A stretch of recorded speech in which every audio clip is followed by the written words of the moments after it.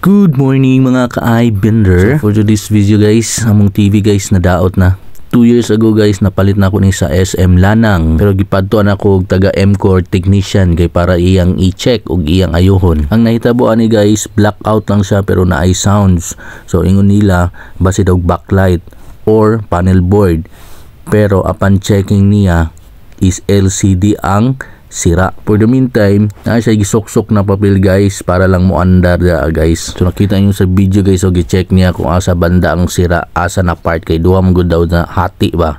So sa pikas mo andar, ang pikas dili. So iya na pong gitanggal dira sa pikas side ang connection kay para i-try na pud niya.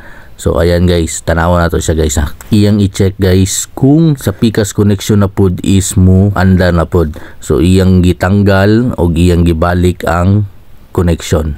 Tanawan nato. Dili sa display.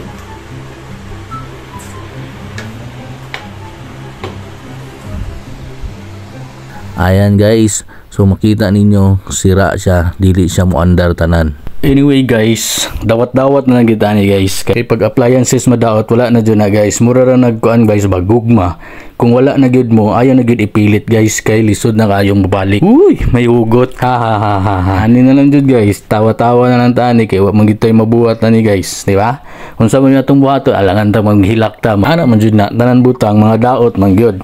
Wa magi forever, di ba? Uy, why forever? May ganon. Ha ha ha ha ha. O basig na nangita diag daot TV, ako na lang ni ibaligya sa inyo ah. Mura kayo ni. Para lang sa inyo i-PM ko guys kung kinsay gusto mo palit og mga daot na TV. May na lang pandagdag kapital para mo palit kog another TV. Mo palit kog TV duha ka buok laki og bae para managani sila. Ha ha ha ha. Atik lang guys. Pero guys, lisod jud kayo daw aton guys. 2 years mamangguding TV ha unya.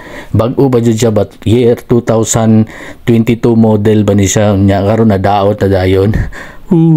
Actually guys, after ana niya gi-check o giayo, ni andar pa na siya 1 day.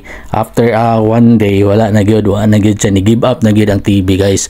So di na nato pilito ng mga bagay-bagay guys na dili na gyud siya gusto mo laban. Kay kita na lang may naglaban. Uy, hugot na po. Pero anyway, shout out di ay kay Joey. Si Joey din ang nag-check sa atong TV guys, taga MCOR technician. Shout out sa mga MCOR employees, masking dili diya na ako gipalit ni, masking sa SM. Pero ano ko niya tog SM guys, grabe na ka hassle. And I'm sure ipasa ra gyapon ko dito sa LG Service Center. So diretso na lang ko. Ang pangutana ngunong wala ko ni direct dito sa LG Service Center. Actually guys, niadto ko sa LG Service Center pero grabe kahalang ang ilang check-up guys. 2,000 pa lang check-up pa lang na. Unya kung ilang ayuhon another charge. Dili ba gid ta sure kung maayo nila. Paras ana ba? Di ba? Unlike diri sa MCOR technician, 600 ra ang ilang charge or 600 to 800 ang ilang charge. At least kung dili man mo andar, dili kayo hala ang kwarta kaysa sa 2,000, di ba? Sa karon guys, i-check man nila kung pila ang price sa LCD, kung pila i charge.